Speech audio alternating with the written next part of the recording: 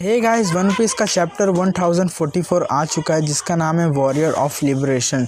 तो फिर बिना टाइम वेस्ट के चलो करते हैं वीडियो का शुरुआत। चैप्टर 1043 में हम देखे थे कि लूफी काइडो से हार जाता है और उसका वजह रहता है CP0 का इंटरप्रेशन। उस मोमेंट पे काइडो को लग रहा था कि लूफी मर चुका है, लेकिन हम उस चैप्टर के एंड में देखते हैं कि लूफी के शक्ल पे एकदम अलग ही स्माइल रहता है। तो आखिर इस स्माइल का मतलब क्या है?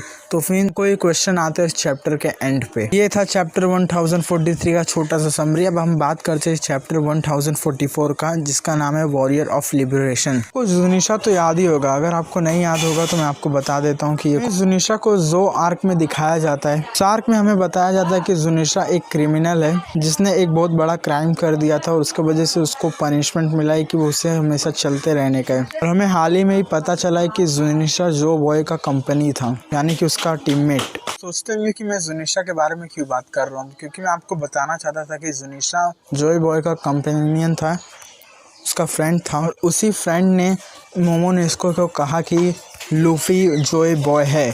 जी हाँ, जुनिशा ने कंफर्म कर दिया है कि लूफी ही जोय बॉय है। ये हमें चैप्टर 1044 में पता चला है, जो कि अभी का चैप्टर है। स्टार्टिंग में ये होता है। ये कंफर्म होने के बाद हम अगले पेज पे आते हैं और हम अगले पेज पे देखते हैं कि ट्रोफालगर, किड और मार्को, जितने भी लोग सब प्रेजेंट थे उस मोमेंट पे, सब लोग शॉक हो गए थे क्योंकि लूफी का एकदम रूप अलग था। और उसी टाइम पे हमें मरीन जोश दिखाया जाता है, Holi land of celestial dragon, और वहाँ पे हमें दिखाया जाता है 5 एल्डर्स जो बात कर रहे रहते हैं गम गम फ्रूट के।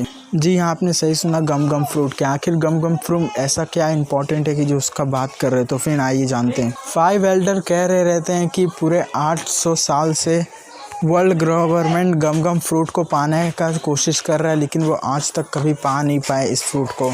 उनमें से एक एल्डर कहता है कि ऐसा लग रहा है कि ये फ्रूट हमको अवॉइड कर रहा है। तब दूसरा एल्डर बोलता है कि ऐसा हो सकता है क्योंकि जोनिया टाइप फ्रूट्स के विल होते हैं, स्पेशली गम गम फ्रूट, जिसे नाम दिया गया है गॉड, क्योंकि गम गम फ्रूट वाकई में एक मिथिकल जोन टाइप फ्रूट है। एल्डर्स कहते हैं कि गम गम यूजर जब फाइट करते हैं उनके शक्ल पे एक बहुत बड़ा सा मुस्कान रहता है और वही लोग सन गॉड नीका के अवतार हैं।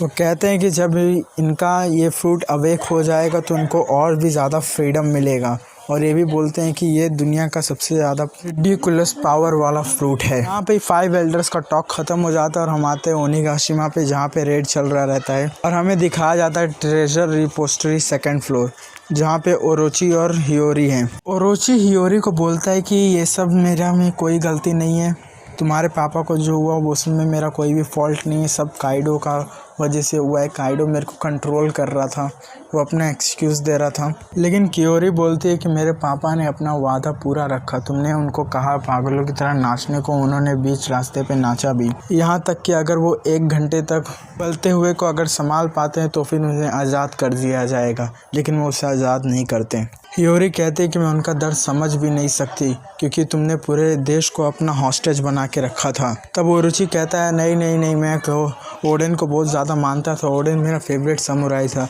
तब हियोरी एकदम ज़ोर से बोलती है कि अपना मुंह बंद कर, मेरा नाम है कोज़ुकी हियोरी। तब वहाँ पे कांजिरो आता है जो बोलता है कि मैं फेल हो चुका हूँ अपने मिशन पे। तो फिर ओरोची इसे देख के बोलता है हाँ ये तुम्हारा फाइनल एक्ट है, बोलता है कि इस औरत को जला डालो। लेकिन कांजिरो हियोरी की तरफ नहीं ओरोची की तरफ जा रहा था और उसने ओरोची को उसी में जला दिया। और फिर हियोरी बोलती है कि वानो का डाउन आएगा, वानो किंगडम अपना प्रॉमिस हमेशा पूरा करता है। तब हम देखते हैं कि लूफी डांस कर रहा रहता है और बोलता है कि मेरे को इससे अच्छा कभी महसूस नहीं हुआ, अभी इस समय मैं एकदम अपने पीक पे हूँ। ये है गियर 5। ऐसे ही लूफी बोलता है गियर 5, उसके उधर से कॉन्करर हाकी निकलता है जिसके वजह से पूरे जितने भी काइडो के सोल्जर रहते हैं सब गिर जाते हैं। और काइडो बोलता है कि ये क्या हो रहा है वहाँ पे। तो तभी एक बड़ा सा हाथ आता है जो काइडो को पकड़ता है, उसका टेल पकड़ के उसको फेंक देता है हवा में ही। और तब वो देखता है कि ये हाथ और किसी का नहीं लूफी का है। जब काइडो लूफी को देखता है तब वो बोलता है कि स्ट्रॉ हेड तुम अभी भी जिंदा हो, मैं खुश हूँ। तब वो अपना ब्लास्ट ब्रिज से अटैक करता है, लेकिन लूफी इतना ज़्यादा हंस रहा है कि वो अचानक से देखता है कि उसके ऊपर अटैक आ रहा है। लेकिन लूफी ज़मीन को पकड़ के ज़मीन को खींच के उसको रबड़ बना देता है, जिसके वजह से काइडो का अटैक उसके उधर पे बाउंस हो जाता है। लूफी का नया पावर है 5th गियर का, तो उसके अलावा भी कई भी चीज़ को रबड़ बना सकती है। अगर वो ज़मीन को भी रबड़ बना सकता है। ये एक बहुत ओपी पावर है। और तब काइडो बोलता है कि वो पागल हमारे फाइट के बीच में आ गया, मैं उसके लिए माफ़ी मांगता हूँ, मेरे को इस तरह से नहीं जीतने का था। और तब लूफी हंसते हंसते बोलता है उस बात का फिक्र मत करो, चलो अभी हम अपनी लड़ाई को फिनिश करते हैं। यानी कि राउंड 2 स्टार्ट हो गया है जब लूफी एकदम अपने ओपी मोमेंट पे है, एकदम 5th गियर। मेरे को लग रहा है कि इस समय काइडो लूफी का मैच नहीं है, literally I mean he is no match for Luffy right now.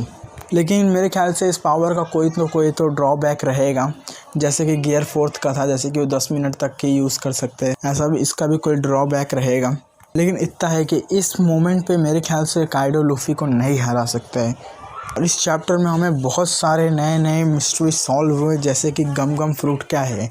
आपको मैं बता दिया हूँ कि गम गम फ्रूट दुनिया का सबसे ज़्यादा ताकतवर फ्रूट है, जो गवर्नमेंट 800 सालों से भी ज़्यादा समय से उसको हथियाने का कोशिश कर रहे हैं। और वो सन गॉड निका का अवतार है। और लूफी ही जोएबो है, ये भी एकदम कंफर्म हो चुका है। और लूफी के गियर 5 का पावर्स भी दिख चुके हैं।